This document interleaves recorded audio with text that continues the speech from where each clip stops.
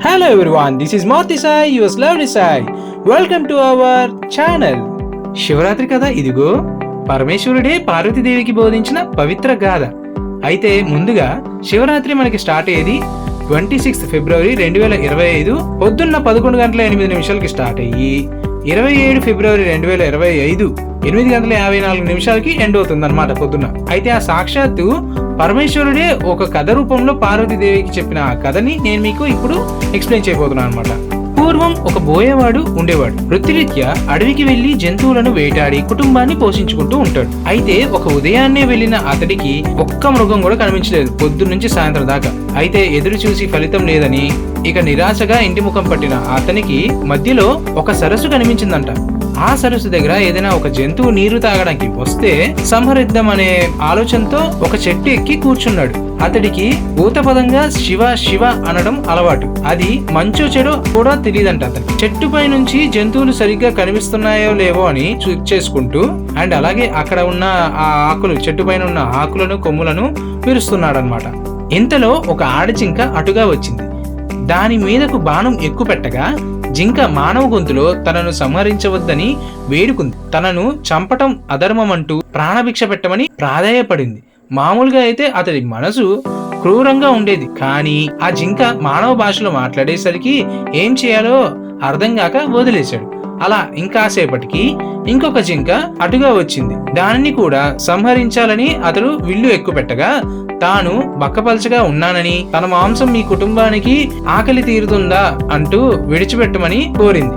మరి కాసేపటికి నీకు ఏ జంతువు దొరకనట్టయితే తానే తిరిగి వస్తానని వేడుకుంది. మొదటి జింక కూడా ఇలాగే పలికేసరికి ఆశ్చర్యపోయిన వేటగాడు తన ప్రాప్తం ఇంతే అనుకొని దాన్ని విడిచిపెట్టి ఇంకో జంతువు కోసం ఎదురు చూశాడు. ఇంతలో ఇంకాసేపటికి ఒక మగజింక కూడా అతనికి కనిపించింది. దాన్ని బాణంతో సంహరిద్దామనుకునేంతలో ఆ మగజింక కూడా మానవ భాషలో మాట్లాడింది. రెండు ఆడజింకలు ఇటుగా వచ్చాయా అని అతని అడగగా అతను వచ్చాయని, తనకు ఏ జంతువు దొరకకపోతే తామే వస్తామని తనకు చెప్పినట్టు కూడా వేటగాడు చెప్పాడనమాట ఆ మగజింకకి. అప్పుడు మగజింక అయితే ఆ రెండు జింకల్ని ఓసారి చూసి వస్తానని అప్పుడు తనను చంపమని పలికి వెళ్ళిపోయిందనమాట.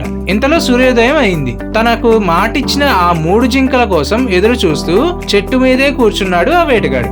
ఇంతలో మరో 4వ జింక మరియు దాని పిల్ల కలిసి రాగా ఆ వేటగాడు దాన్ని చంపాలని చూశాడు. కానీ దాని దగ్గర పిల్ల ఉందని, దానిని ఇంటి దగ్గర దింపి వస్తానని చెప్పి మాట ఇచ్చి వెళ్ళిపోయింది.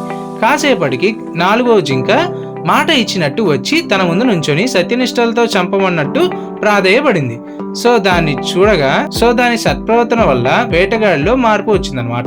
అయితే ఆ రాత్రి వేటగాడు కూర్చుంది మారేడు చెట్టు కావడం, అతడికి తెలియకుండా శివ శివ శివ అని నామస్మరణ చేయడం, తన చూపులకి అడ్డంగా ఉన్న ఆ మారేడు ఆకులని కోసి కింద పడేయడం చేశాడు.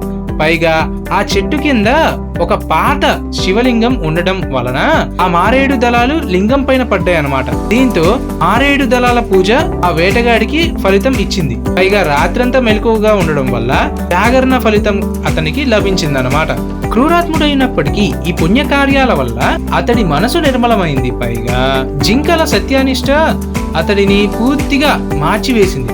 శివరాత్రి పర్వదినం అని తెలియకపోయినా అనుకోకుండా చేసిన పూజా ఫలం వల్ల అతడు హింసను వదిలేశాడు. జింకలు తమ సత్యనిష్టలతో పరమేశ్వరుని అనుగ్రహం పొందింది. అందుకనే మృగశిర నక్షత్రంగా మారాయి. వేటగాడు ఆ నక్షత్రానికి వెనక ఉజ్వలంగా ప్రకాశిస్తూ లుబ్ధుగా నక్షత్రం అనే పేరుతో నిలిచిపోయాడు. హింస చేయాలనుకున్నప్పుడు క్షణకాలం ఆగి ఆలోచిస్తే మనసు దాని నుంచి మరలుతుంది. జింకను చంపడంలో కాలయాపన చేసిన ఆ వేటగాడు చివరకు అహింసావాదిగా మారగలిగాడనమాట.